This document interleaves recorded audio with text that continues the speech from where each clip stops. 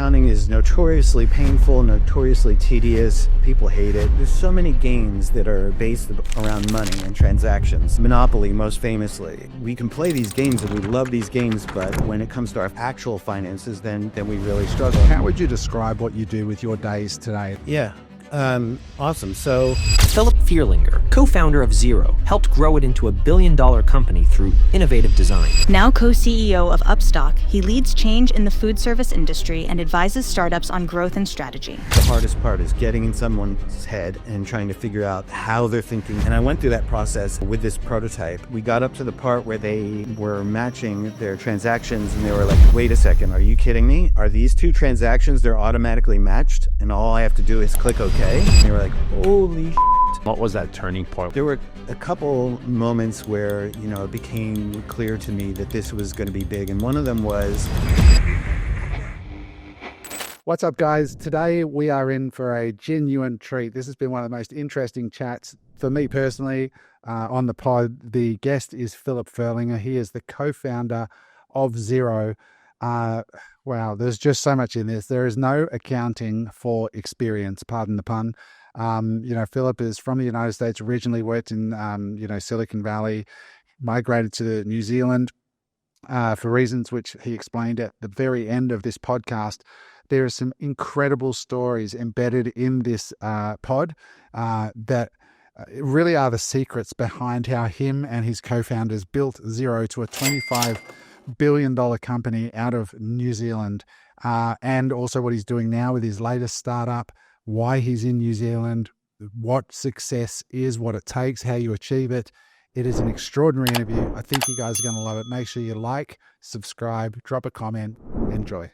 What's up, everybody? Welcome to this episode of Unemployable. We have an epic session ahead of us here with one of New Zealand's, and well, he's American, but resides in beautiful New Zealand, one of the most successful companies to come out of this region of the world, co-founder of Xero, and doing a whole bunch of other really, really interesting stuff.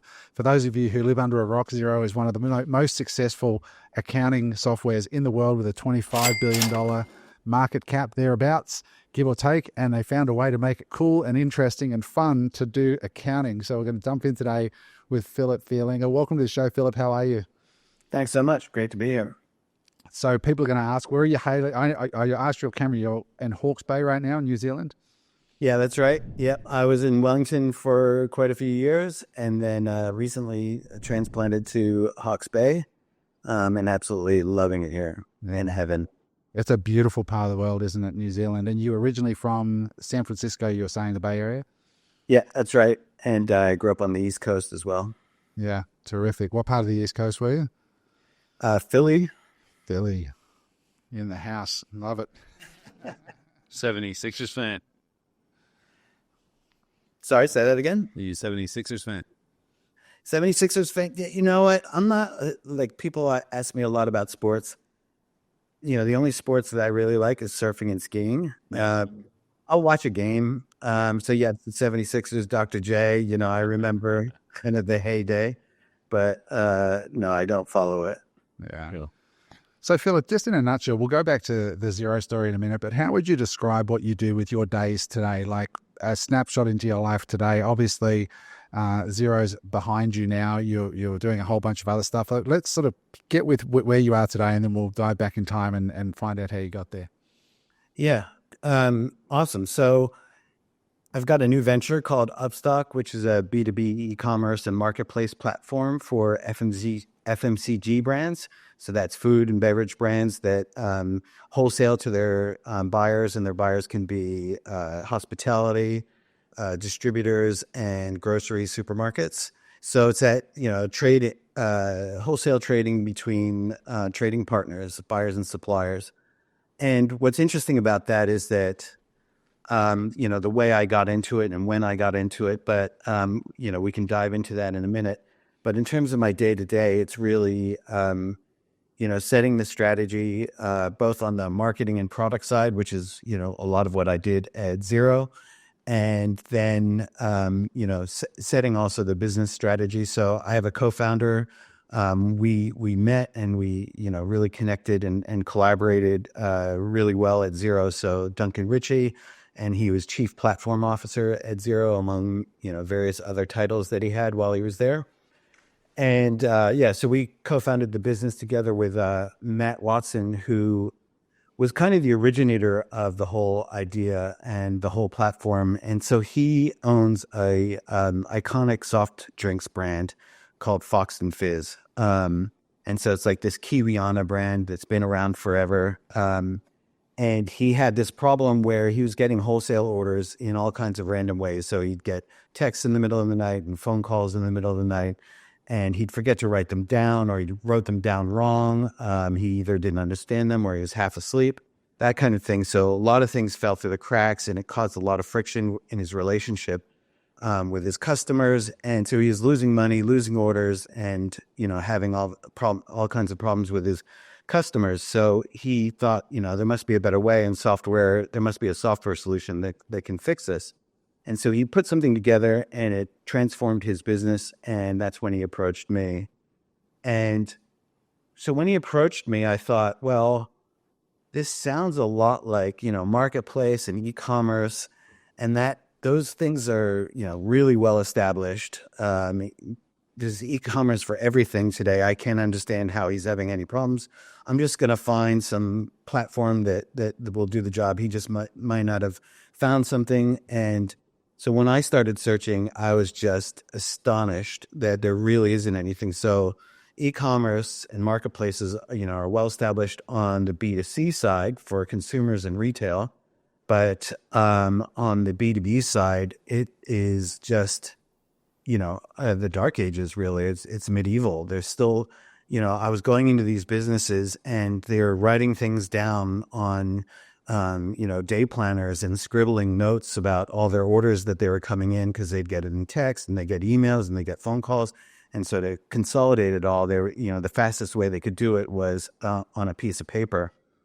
And you can imagine all the screw-ups that would happen when you just scribble some notes on a piece of paper, and just, you can't search pieces of paper. You can't, there is no data really to work with and manage. So turning all of that digital, was the first step. So immediately when, I saw this, I realized, holy shit, this is, and I confirmed it across, it wasn't just food and beverage.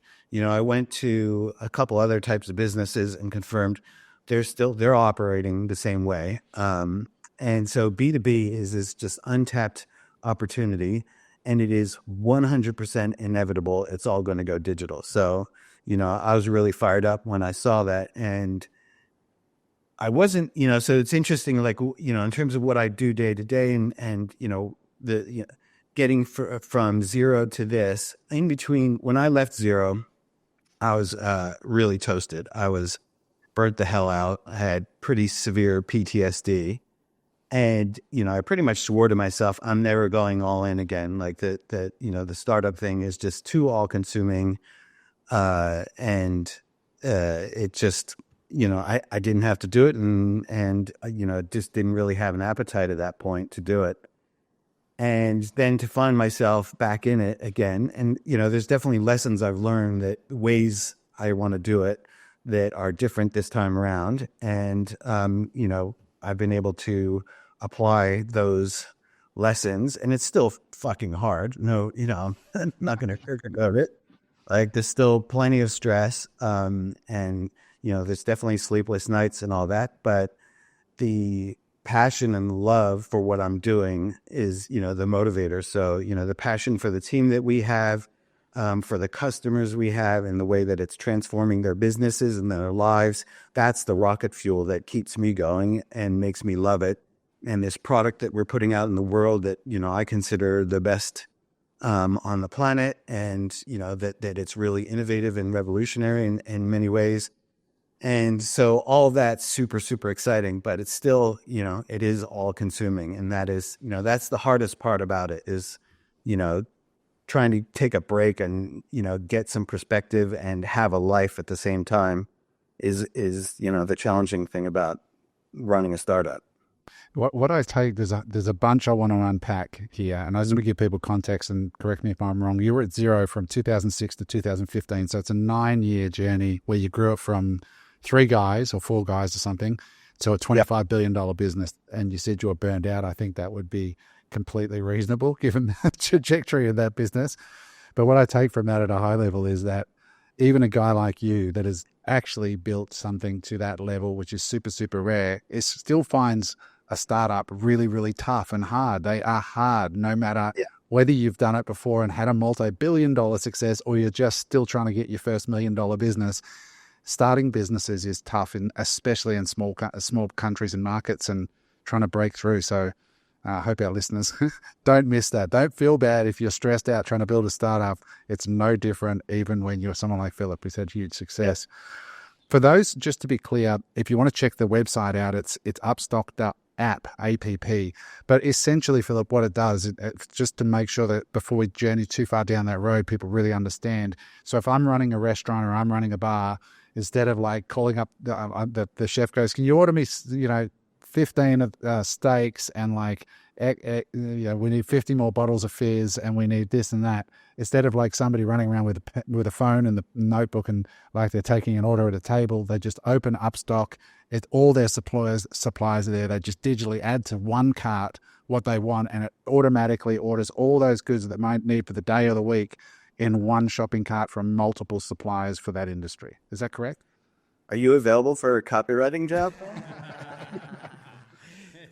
I need that. Yeah, because I can imagine that is a huge problem in that industry, right? Like, and why, and I can see why you would have got excited about that. So, And it's also on the grocery side as well. So, if you can imagine, so a hospitality outfit would be stocking, let's say, 10 to 20 different suppliers, products from 10 different suppliers, but a grocery store would have, minimum 100, oftentimes many hundreds. And so the operational efficiency they could get by streamlining all that and automating all of that is absolutely, fundamentally game changing to their operation. And for grocery stores, those operations are really all about, getting things on shelves and then getting them off shelves and replenishing. So that is their whole business.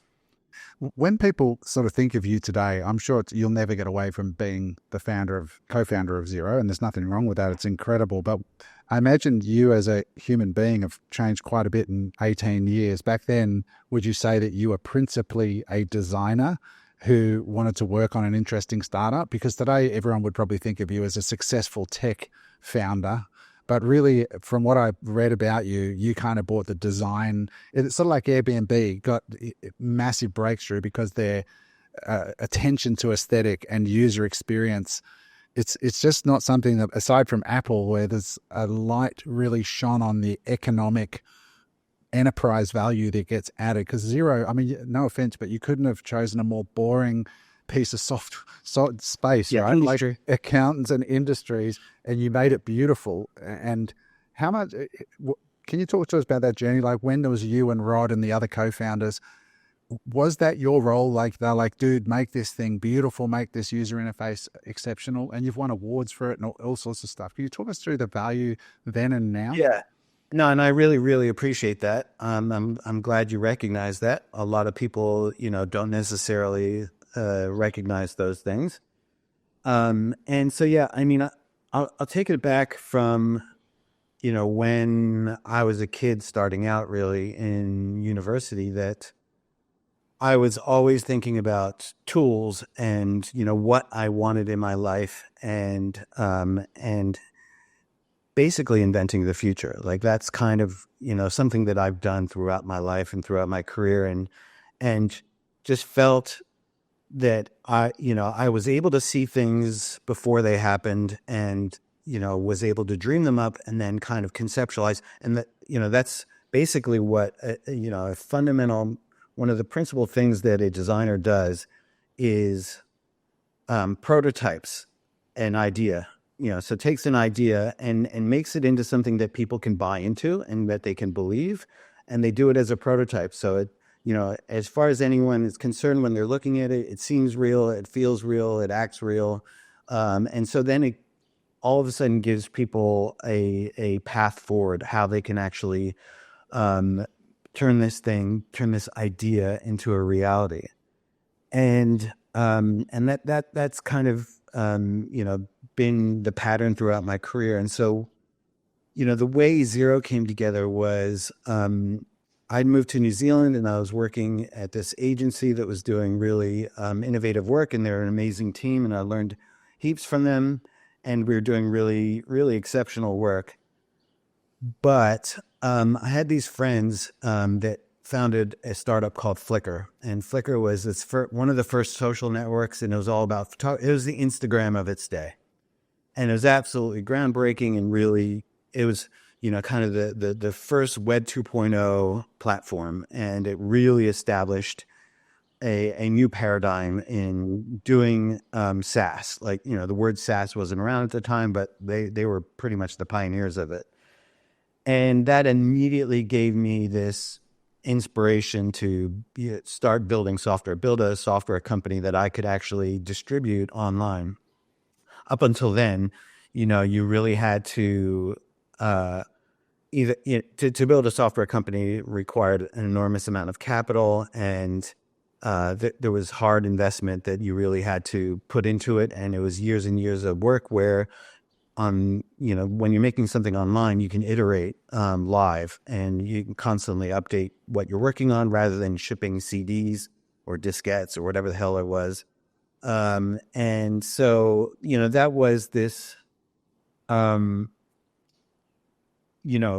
of a sudden this door opened up into making some software. And so I came up with an idea for some software, peer-to-peer learning software that I wanted to do. And I was really struggling in New Zealand to find anyone in this space that was thinking, in New Zealand at the time, it was lots of government kind of IT contractors and IT businesses that were really in support of government agencies. And so there wasn't really a startup community. There weren't startup companies.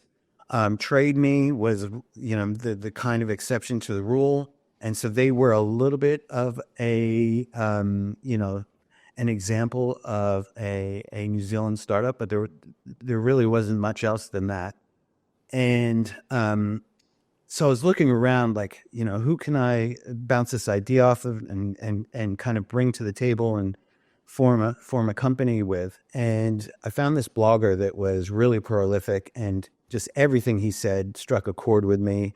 And it was all about, business and software and technology and design as well. And so I met up with him, we had lunch, and we immediately hit it off. We were finishing each other's sentences. So we had a follow-up meeting, and, he said, come back to me, give me a pitch, put together a pitch deck, and let's talk next time. So I came back, and by the way, this is Rod Drury, that was this prolific blogger. And I came back with his pitch deck, and he said, oh, this is amazing. This is really like stunning, really well, strategically makes a whole lot of sense. Now let me pitch you something, accounting 2.0 and, web accounting. And, it immediately, there was no kind of hesitation. I was like, absolutely get it, because that was the one thing that I was really intimidated by in terms of, forming a startup, was the finance side of it and dealing with the likes of QuickBooks or MYOB. I've used those throughout my career and, always got caught out. It was just, a fight to use those platforms and to not just, it was kind of, the real problem with those platforms was that they were really about paying taxes, which was something I didn't want to put energy into and put my time and resources into. What I wanted was a platform that helped me run my business. And, those platforms seemed to just drag me down into just kind of the doldrums and the admin rather than actually helping me run my business. And I do remember at that, I said, yep, I totally get it for the reasons I just explained. And I said, one thing that, we'll need to do is get data from the banks. We'll need to pull down transactional data from the banks. And I think that's going to be a bit of a problem. because banks, don't necessarily aren't really open, are notoriously closed. And he said, "This is New Zealand, mate. I can get a meeting with anyone tomorrow, any one of the banks, and we'll be sorted." And we pretty much did. That was exactly pretty much what happened, which was pretty epic. And so the immediate things that came to my, so I parked my idea for a startup, and we immediately got rolling with Xero. And exactly as you said, that accounting is notoriously painful, notoriously tedious. People hate it with a passion. It's the butt of every hack comedian's routine is something about accountants and how dull they are. And so that to me seemed like, well, hang on, there's so many games that are based around money and transactions. Monopoly, most famously, is, the most popular game in the world, and it's all about, finances. And so why is it that we can play these games and we love these games, but when it comes to our finances, actual finances, then we really struggle. And so there wasn't a term for it at the time, gamifying things, but that was the line of thinking that I had. And I wanted to apply game theory. I was playing, it was a video game at the time. It was Lego Star Wars. And I don't know if you remember this, but it was my favorite game in the whole world. And I had these kids, little kids.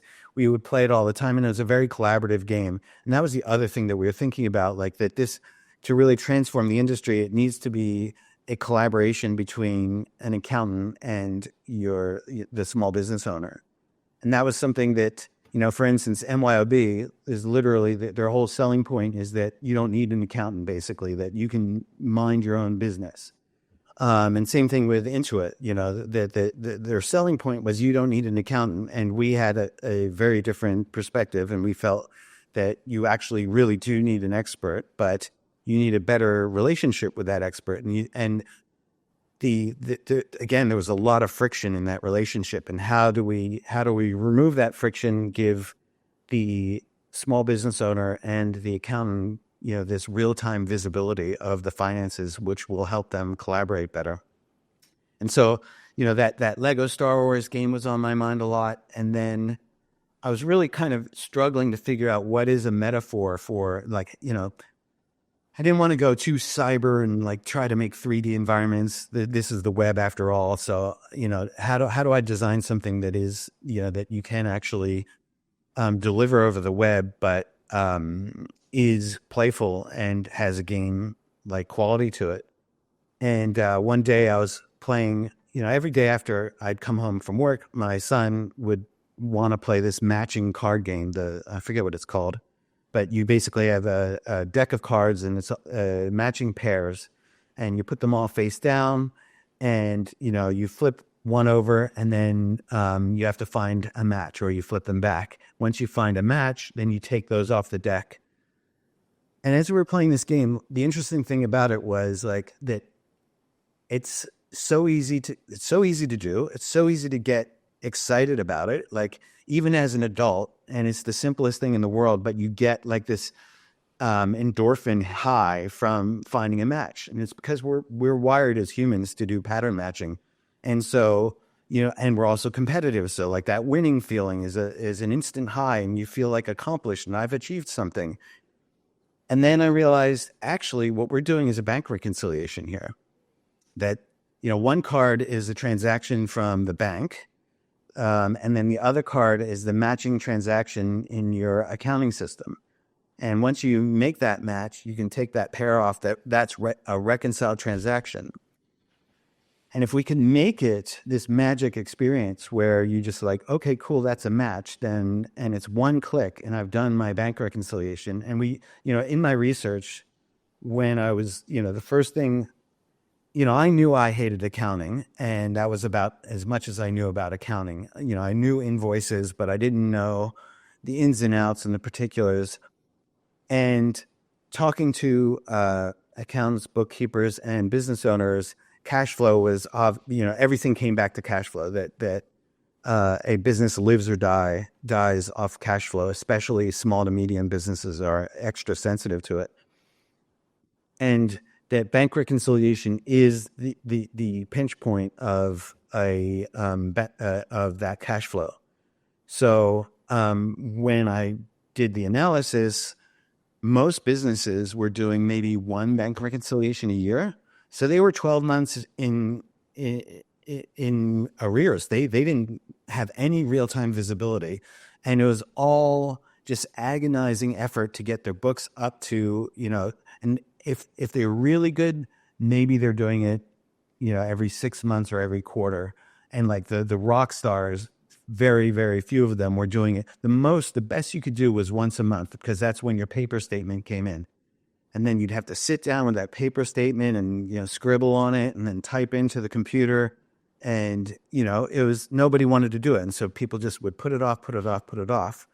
But all of a sudden, I built a prototype to show people that, was this matching game.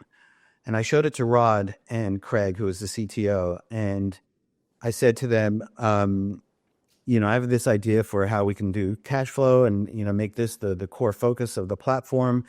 And it's a bit edgy. I don't know.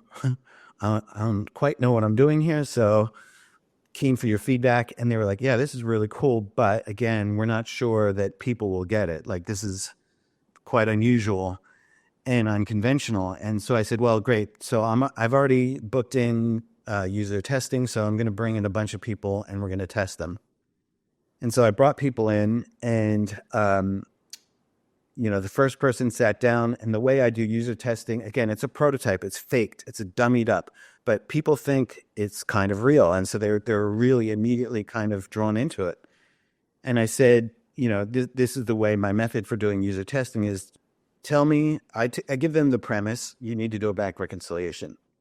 And I try to give them as little detail as possible so I'm not, leading the witness. And I say, tell me everything that you see. So talk out loud, as you're looking at the screen, tell me what you see. Then tell me what you want to do. And then tell me what you expect to happen when you do that. So that I'm getting inside their heads. That's the hardest part, is getting in someone's head and trying to figure out how they're thinking, what they're thinking, and what they're expecting. And I went through that process and, with this prototype, and it was really amazing that people were, we got up to the part where they had to get the statement and start scribbling on the piece of paper. And they were kind of looking at their watches and really getting twitchy and angsty and wanting to go. And I said, just hang in there a second. If you can just give us 5 more minutes. And we got up to the part where they were matching their transactions, and they were like, wait a second, are you kidding me? Are these 2 transactions, they're automatically matched and all I have to do is click OK? And as part of my user testing, I can't tell them anything. And I say, I don't know, you tell me. And they said, yeah, no, I think this is exactly okay, I want to click that button. And so you click the button, it automatically matches the transaction. They were like, holy shit. And immediately we're saying, how much is this? When is this out? I need this right now. I could use this today. And, that was the first person. And I told Rod and Craig, I was like, that was amazing. I did not expect that. Maybe we got first time lucky. I have 6 more people coming in, so let's see how we go. And, person after person had very, very similar experiences. So to me, it was just a smash success, kind of obvious. This is what we're doing. And both Rod and Craig were like, yeah, that's cute and that's cool, your little prototype here. But we have to actually build this. And if we're going to build this, then we can't build an account. It's either building this, what you've designed here, or building an accounting system. And what you've designed is too hard to build. And I was like, I do coding myself. And so I said, do you actually want me to code? This is not that hard to code. And that didn't go so well with the engineer, as you can imagine. So it was just kind of a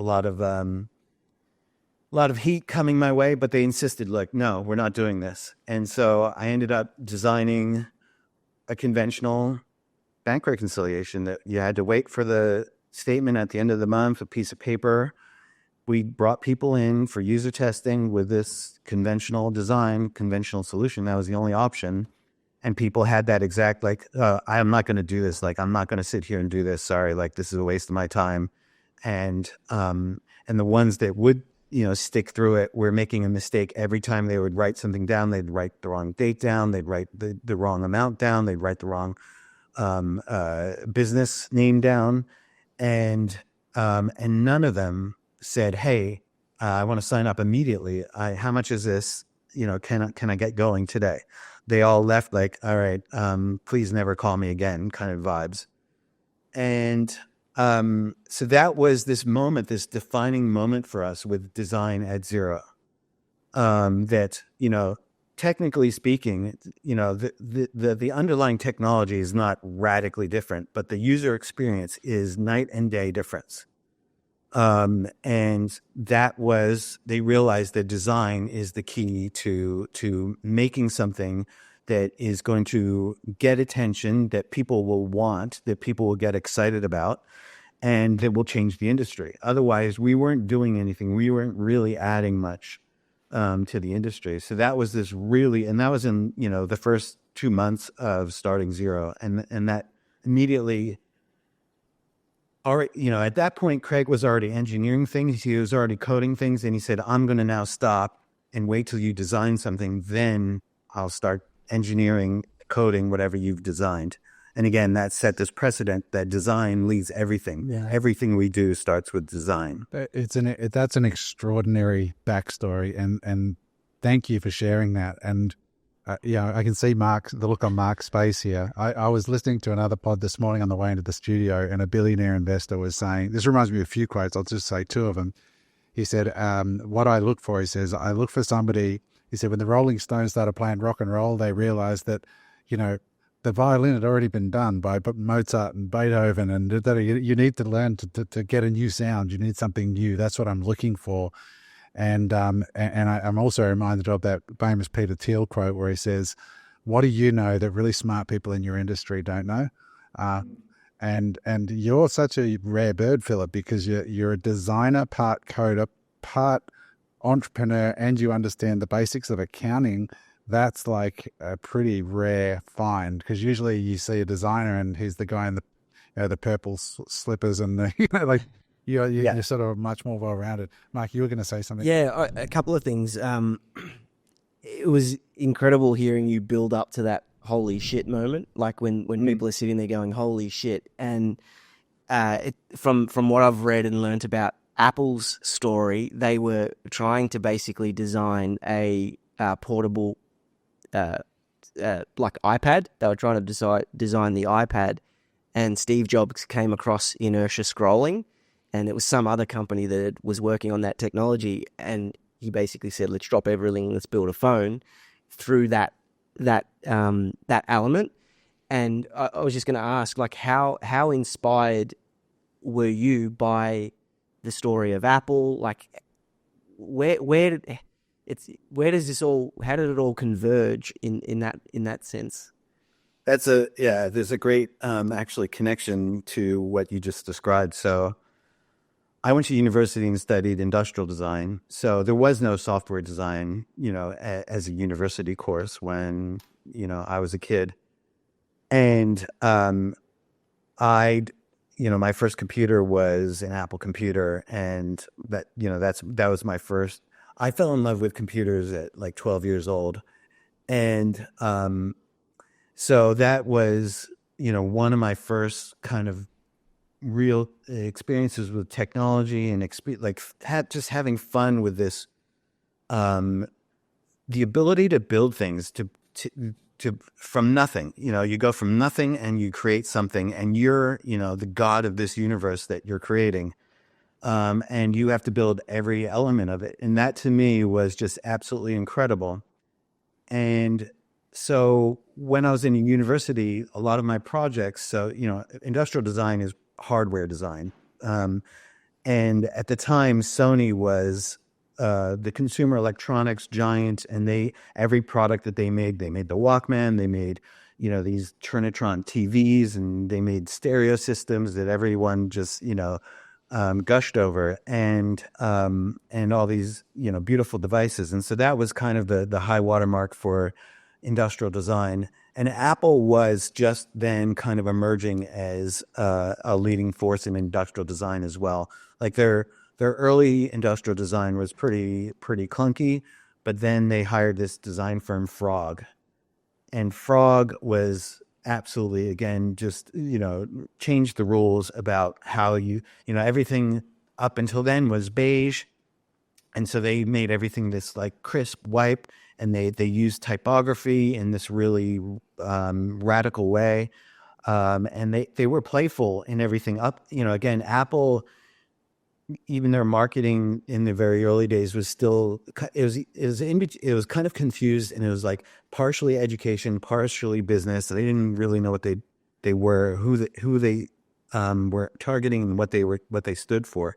And then around the time that Frog got involved, they really started, you know, honing in on, and this is around the time the Macintosh also was released. And so I decided that I wanted to do an internship as part of my university, my last year final project at university.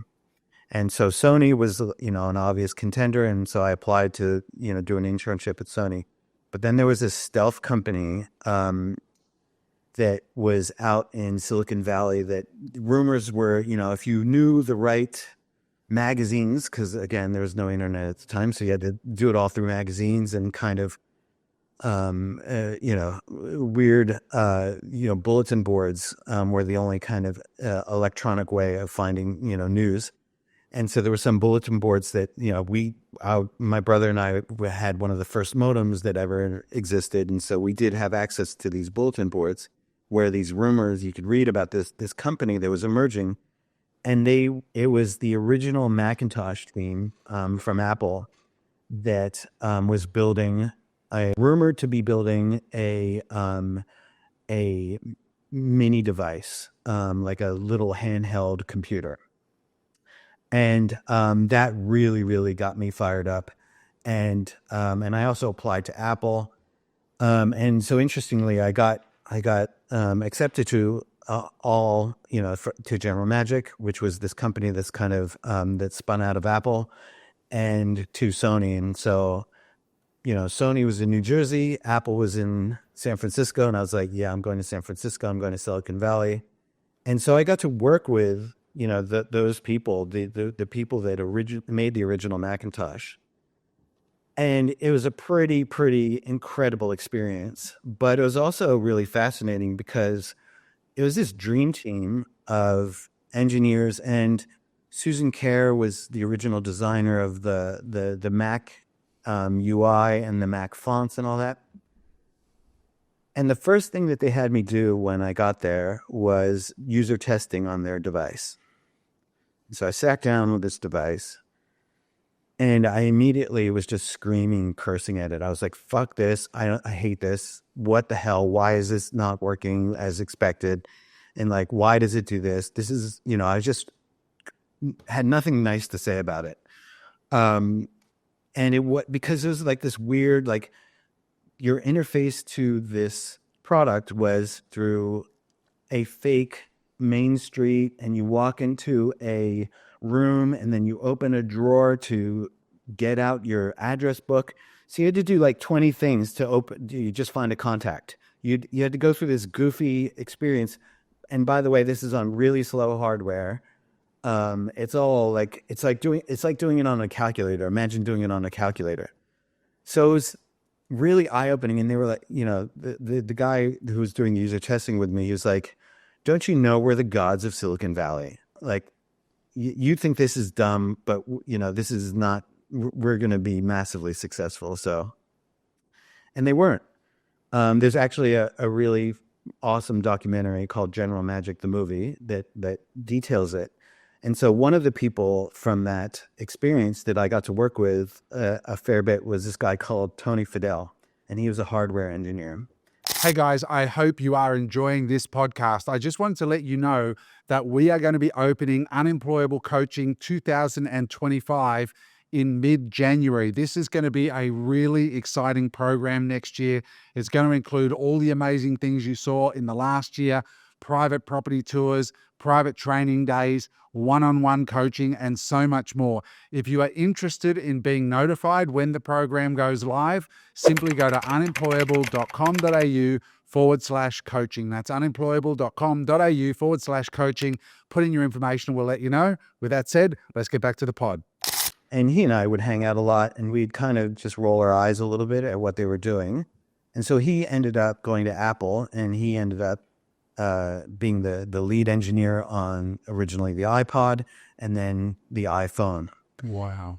And so one of the things that I worked on when I was at General Magic was they were working on a tablet that was the size, of a VHS. Again, half your audience probably don't know what the size of the VHS is, but about, it was a big clunky thing. Like you wouldn't want to really carry it around with you. And so I was imagining the 5-10 years out version that's, a phone. And that was really, really amazing to design that. And that was the first time I'd heard the term cloud. We talked about the cloud. We talked about agents, that you would have these news agents that so artificial intelligent agents that would go out, collect the news for you and bring it back. And what are the social impacts of that everyone has their own agent and they all get their own news. So it's amazing, again, to be able to see into the future. And so what year? Generally, 1992. Wow. So 15 years before the iPhone. But it was inevitable. Just like I said with Upstock, that, this is 100% inevitable. This is going digital. This is all. And again, at that time, it was just really obvious that this is all going to happen. It's 100% inevitable. And part of the General Magic was an interesting collection of companies, the consumer electronics and software companies. So Apple was part of it. Panasonic was part of it. AT&T was part of it for the telecommunications side. And Sony was part of it. And the Sony team were actually there in the building. The rest of the other companies really didn't spend that much time. But I spent a good amount of time with the Sony team. And I said, this bullshit that they made is terrible. You guys are Sony. You made the Walkman. I want a digital Walkman. I want to be able to listen to any song, anytime, anywhere. And they just, kind of patted me on the head and they said, "That's cute, kid." And just kind of, shooed me off. And, so, it's been interesting to be, at the forefront of a lot of these things. And so I've had that experience over and over again. My next project was working with the Beastie Boys, and we worked on some VR stuff with them. And then we also, a lot of video stuff. And so, it was kind of an early iteration of YouTube, and to be at the forefront of a lot of these things. But I also didn't, make my fortunes doing those things. I learned a valuable lesson that sometimes you can be too early. And so that was, and also the same thing with a dream team. You can get really cocky and think that you have this team that can't be beaten and that they know everything. And actually that is their downfall, is that they think they know it all. So a good place for listeners who want to learn more about some of this stuff, like you mentioned the Beastie Boys and your time at Xero, is on your website, skyrise.com. I found that really interesting, diving into some of that stuff. And that's SKYRIZE, Z for zebra, skyrise.com. And you can read more and see some of these projects. So what a fascinating backstory, Philip. Like, so interesting, because I'm a massive fanboy of Macs, and I know what a beta tape is and a VHS tape. We're probably a similar age. I'm trying to explain. Recently, I was in Waiheke a few years ago, and I went past a 1 hour photo shop. And you try explaining 1 hour photography to a Gen Y or whatever it is. Like, hang on, how does it work? Like, this is a whole different world.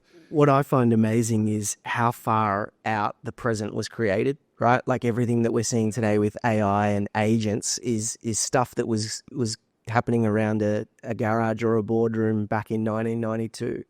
Like Yep. things sometimes, you like you said, you can be really early in this space as well, and sometimes things need time to come on. I think for listeners, there's immense value, even if you're not in tech or software or hardware, but you're just a young entrepreneur listening to this. Philip has described twice here user testing, seeing real human beings' reactions to your ideas. And I can just imagine you, Philip, watching them like a hawk at every click and being genuinely interested in their responses, not trying to seek confirmation, but rather information. And in the world we live in today, nobody really wants information. They just want confirmation that they're right. They don't want to be challenged.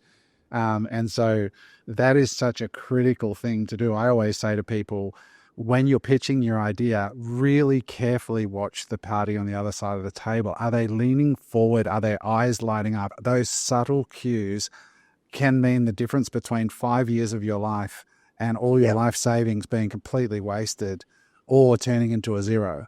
And you need somebody who's not genuinely not attached to being right, but is genuinely attached to solving a real problem, which I get a sense of with you.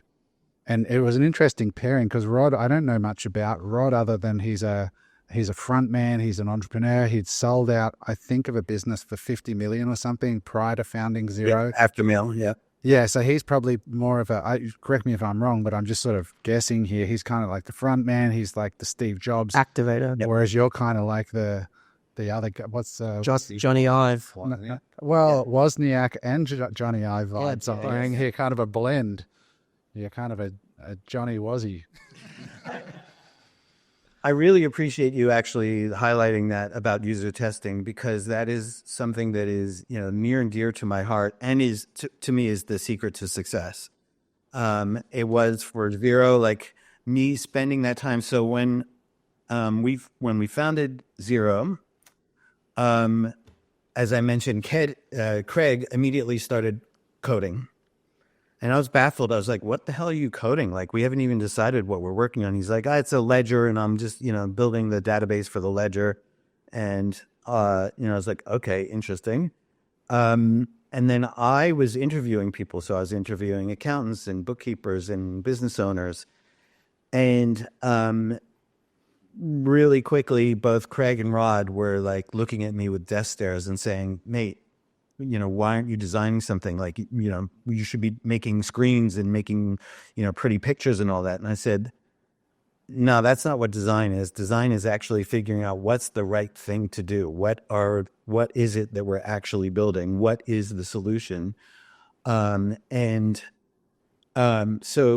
I would come back from each one of these sessions and I would, go up with sticky notes on the wall. We were in this tiny, tiny little apartment.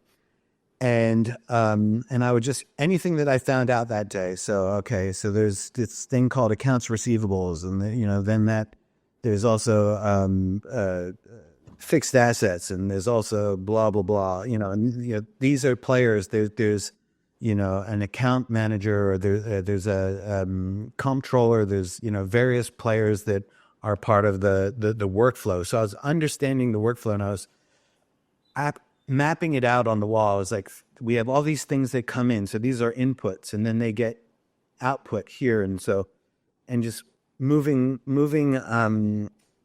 sticky notes around. And then all of a sudden, as I was doing that, I looped in Rod and Craig, and they went from being, wanting to throw me out the window to actually getting engaged. And they were like, oh no, this shouldn't go over here. That should actually go over here. And so every morning, all of a sudden, it became our ritual that we would, work through this architecture. And at one point, Craig said, holy shit, this is the data schema that, you've just mapped out here on the wall, the data schema, and I've got it all wrong. And so now I have to go back to, re-architecting the database, because this right here is the schema that we need to use. And so that was, again, this a really fundamental moment of using that opportunity through user research. And it is that, I was just over in the States, and I was just meeting with a bunch of people, and it's one of my favorite things because, I was just in the States, and these people are guarded. People, are constantly wanting a piece of them. That they're in business and like, oh, what are you selling me? Blah, very on guard. And I was like, can you tell me about how you work? Can you tell me your workflow? I'd love to hear, how do you do this? How do like that seems hard. What do how do you make it work? And so getting them to unload on you all their problems is cathartic for them. And it's, absolutely, enlightening and revealing to someone like me, that, I get to hear all the things that they're bitching and moaning about, because those are all, okay, that's something that we need to address. That's something we need to fix. And instead of going in with a heavy, I've got a solution for you, I'm going to pitch you my solution, by me listening to their problems and engaging with them and saying, okay, why do you want to do that? Tell me more about why you want to do that. Okay. And how does it connect to this other thing? So really, really getting in their headspace and connecting with them on a very, very meaningful level for them, that they care about, that they're passionate about. All of a sudden they're like, so what is it you do? Oh, cool. Oh, interesting. Oh, so that kind of solves my problems. Oh, I see now. Like, oh yeah, can you tell me more about that? And like, can I be involved in some way? And so again, all of a sudden you're forming this relationship, and you're basically doing pre-sales. And that's how we got our first Xero customers. I mentioned, people came in and did this user testing. Those were our first Xero customers. And they were amazing, amazing customers. And then same thing with Upstock. So our very first user study was, our very first customer, and they are still a customer. They're still an amazing customer. So that's been a really, really integral part of the process. And so for me, one of the things that was important, like when I left Xero, as you said, like it has this great reputation of being a design-led business, and that the design is one of its core competitive advantages. All of that's true, but I still felt that there was just a lot of unfinished business, and that I still had things to prove. And so like, why would I go back and, go back into the burning house and of the startup and do another one? It is like I had something to prove, like that I still don't think it's good enough that, the way people have to work with shitty software just makes me so angry and so sad that people are tortured every day by these things. So I have to, I just feel compelled to. And then the other thing was, working with Xero, working with accountants, turning that into fun was absolutely amazing. Like, that was, again, one of these things that I really brought from the marketing side to from a design perspective, and said, all right, how do we flip the narrative? So all of a sudden we're talking about beautiful business, beautiful accounting software. That's remarkable. That stocks you in your tracks. Nobody said anything like that. Why is that? What is that?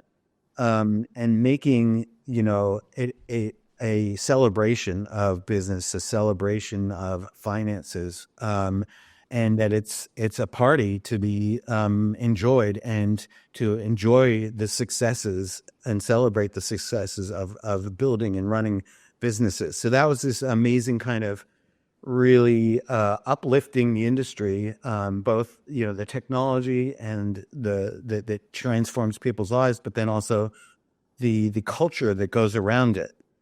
And what's interesting now with Upstock is that, food and beverage, is plenty sexy, plenty fun. That is what it's known for.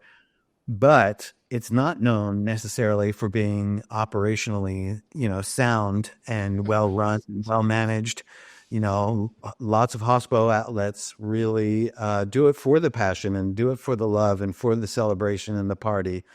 And so if we can bring in this element of, okay, we're going to automate this, again, a click of a button. One of my favorite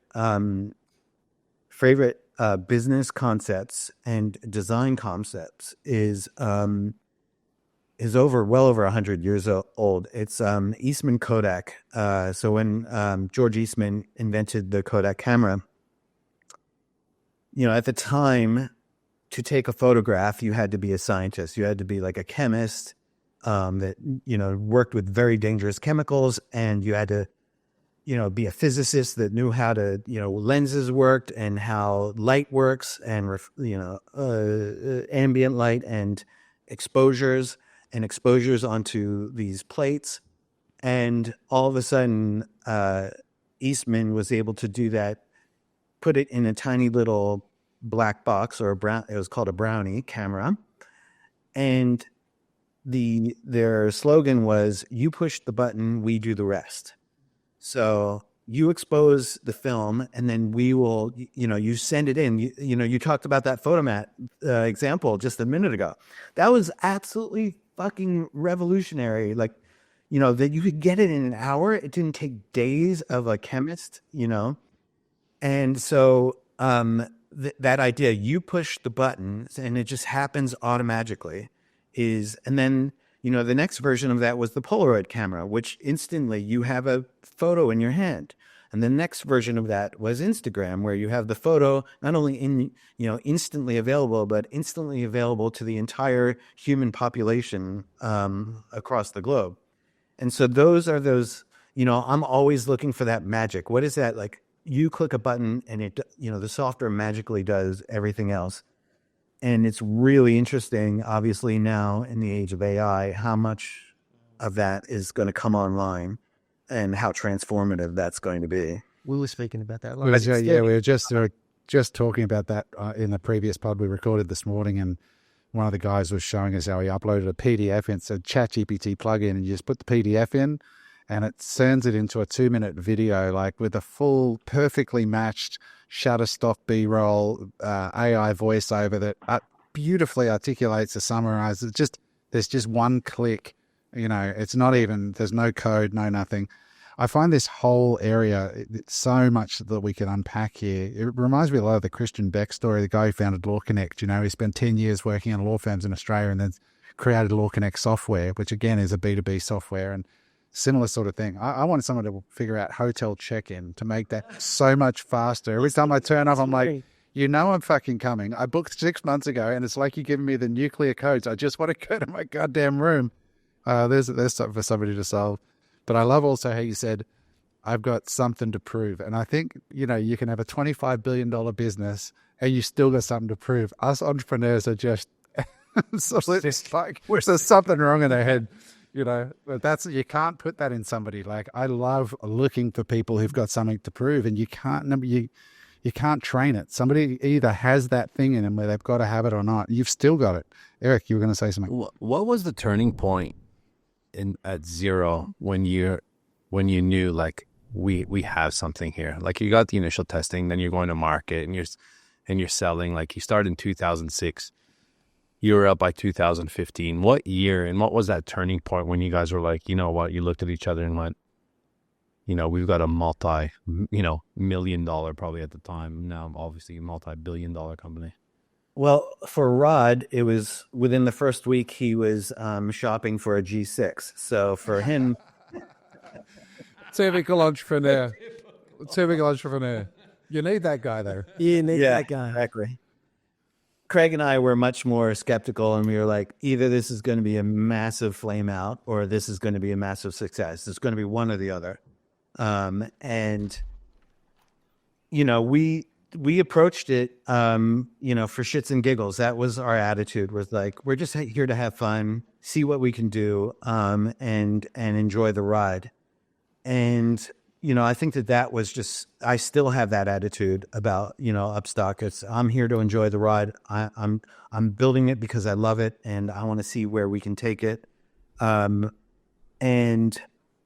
there were a couple moments where, it became clear to me that this was going to be big. And one of them was, I was hiking in the woods near my house. There's a mountain near my house that, is great on the weekends, and, a bunch of people go up and down it all the time. And I was walking with my wife and kid, and up in front of me, I heard some people talking, and this guy he's like, "Hey mate, you've got to use this platform Xero. It's so amazing. It's transformed my business. Like, it's the easiest thing in the world. I've hated all these other things. You've got to try it." And was just going on and kind of going into detail. And so it's just hearing that conversation and hearing that like passion for what we're doing, and somebody, that moment of word of mouth, you don't often get to hear that. And so that was amazing. And then, hearing kind of the feedback that we were getting, our goal, one of my goals was to make it sexy, to make it fun, to make it addictive. And Twitter launched exactly the same time that we did. And so it was this really interesting thing where, we were watching this commentary about what we're doing in real time that we, weren't really prompting or provoking. And to see people just spontaneously sharing that they love what we're doing, and that they're using those words, that it's sexy, that it's fun, that it's addictive. That was this moment. Again, this is, you're getting to witness word of mouth, be privy to these conversations.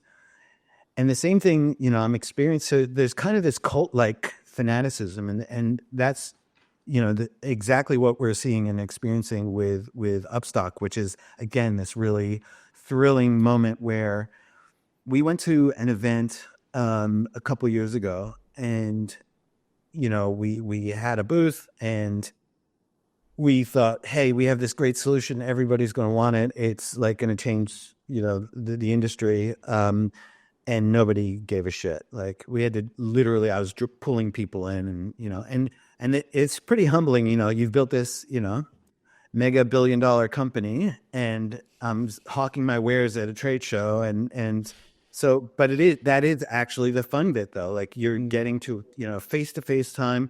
You're, again, building something from nothing. I still can't believe that we had the audacity to like go from nothing to how do you get started? How do you even create something? And so pulling these people as they walk by and just dragging them in, and they were like, yeah, I don't know, I don't like, whatever, I don't care. And then 2 years later, we went to the same event, and I was all geared up. I'm telling the team, look, you're going to have to go in there, and you're going to have to be ready to pull people in. It's going to be ugly, but we just, this is how things are done. And this time around, half the conference was already customers of ours, which was already like, oh shit, like, wow, we're further along than I had really calculated. And then when I went around to meet with our customers, I walked in on these conversations where they're like, oh, this is Upstock. Are you on Upstock? You need to be on Upstock. This is like changed my world. And people were coming over to our booth and saying, oh my God, we're a remote team, so we don't really meet with people directly that much. So they wanted to meet us in person. And it was, again, this kind of like cult fandom thing that really threw me off, because I was expecting just the opposite. And, we did not, it was just the opposite. We were flooded with people into our booth, and me and you with the Australian food tech company, they were next to us, and they're like, what have you done? Like, all anyone can talk about is you guys. And so again, that was a moment with me with Upstock, where it's like, okay, we are now kind of crossed over into this space where when you see that much passion in customers, that they are just fizzing and telling people about it, and you can't stop them, then that's a real telltale sign. When did you start Upstock, and what are can you share any kind of high level numbers with us, just in regards to clients or revenue or what you've been raising, and also funding? I'd be interested in the funding, the raising side. Yeah. So in terms of when we started, I turned 50 in 2019, and for my 50th birthday, I went to Bali for a month. And right after that, we kind of started forming the team, and we started planning out what we're going to do. And by January 2020, we had an MVP, something that we could put in front of people to start selling. And we got our very first customer. That first, I told you about how we did user research with this customer. Once we showed them the MVP, they were like, "We'll sign up right now, absolutely." And they became a customer immediately. And we really thought, okay, here we go. This is easy, and we're just off to the races now.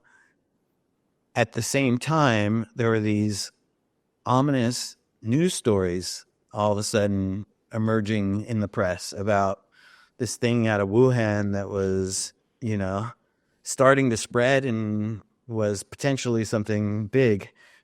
And Duncan and I, our plan was to bootstrap, that we would kind of, we would build it ourselves, and we were going to do lean, mean, that we were going to do it very differently to what we did with Xero, which was raising quite a bit of money.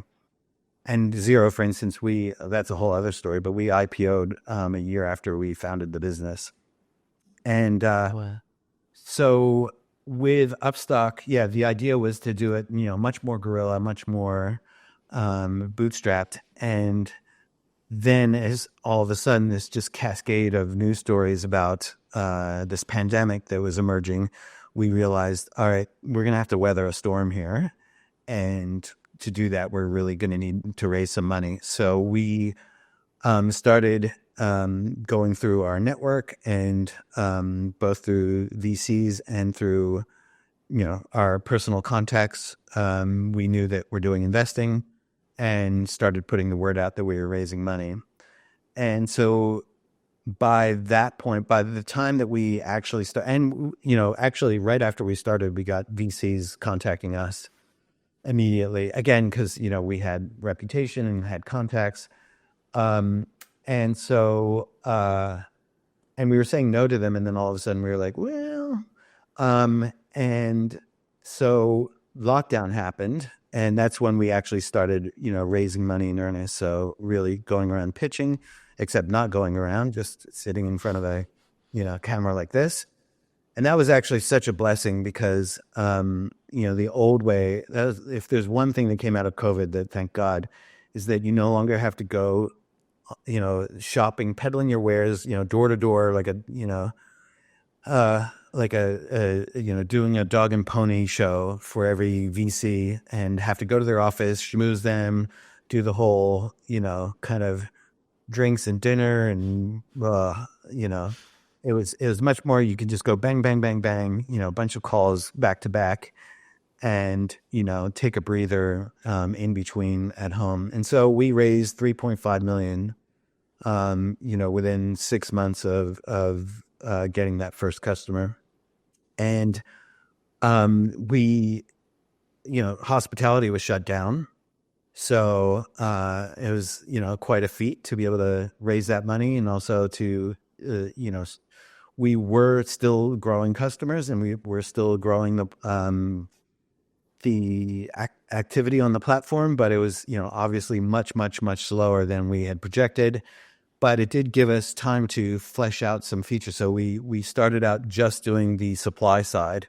So for suppliers to manage orders from their customers, and then in that time, in that downtime of COVID, we built the buy side. And so it was actually, in a lot of ways, gave us that focus, and kind of we got speed out of that. And obviously, digital tools became, much more front and center and talked about, in every business across the world, and particularly in supply chains. And so that definitely helped build awareness in general. And we were really lucky in New Zealand that our lockdown didn't last that long, and that we could resume trading. And so hospitality opened, but, in relatively limited ways. So we were born under, dark, dark, dark clouds, and with these massive headwinds the entire way. So at first it was COVID, then it was supply chain, issues that were just ground to a halt, a lot of our customers. and trade in general. And then in New Zealand, we had a whole bunch of weather events that really took out a bunch of customers on the platform, wiped out their businesses. And then, the recession / inflation. So we've known nothing but hard times. But yet we've managed to grow the business exponentially year on year, from the very beginning, and we're really proud of it. So we are the dominant player in New Zealand. We have one itsy bitsy little competitor here, and then one from Australia that again they're really minor and kind of insignificant. In Australia, there's a bunch of competitors that have actually been around a lot longer than we have, and that have raised 3 times as much money as we have. So we've raised $13 million. They've raised, 40 in the neighborhood of $45 million Australian. And so we've been, our competitors, we've heard from them directly telling us how that we are a small but mighty team that, with minimal resources relative to them, both in terms of cash and team, we've, really put up a very, very formidable competitor to them. And so, we're doing extremely well in Australia, and, we have customers in the US as well. And we're kind of, there's a lot of lessons we took from Xero about entering the US and what not to do. And so we're being very mindful about how we enter the US. I don't want to go too deep because I think there's a whole pod or two you could talk about just with Upstock, but I have huge respect for people who can build marketplaces because they're so tough, right? Like we're trying to build they're only valuable when both sides are there, right? Like, so you got to be building two businesses which have two different paths to market and nuances to get into and stuff. But I assume, and am I correct in assuming that if you get the restaurant, then the restaurant then says to their suppliers, right, guys, you got to get on here because I want to buy. Is that how it works? Do they do a lot of the outreach for you? That definitely was what actually really appealed to us about it, was the fact that there was a flywheel built into this. And we experienced flywheel dynamics at Xero with accountants recruiting their small businesses.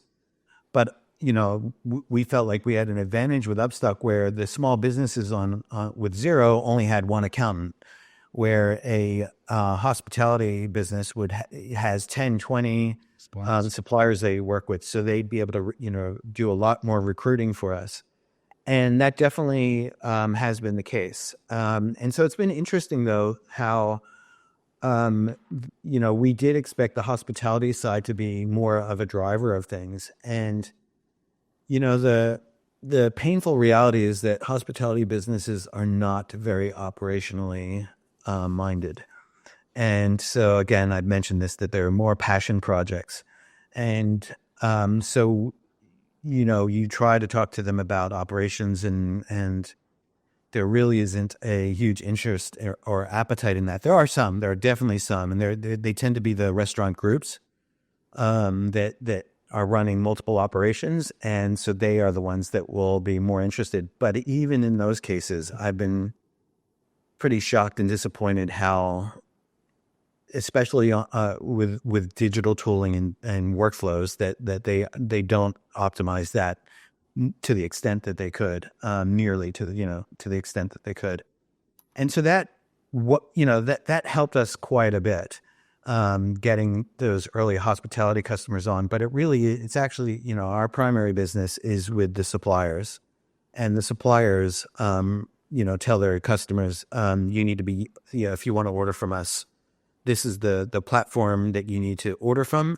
And there really is almost no resistance to that. There are, a few holdouts, and, we have, again, using AI.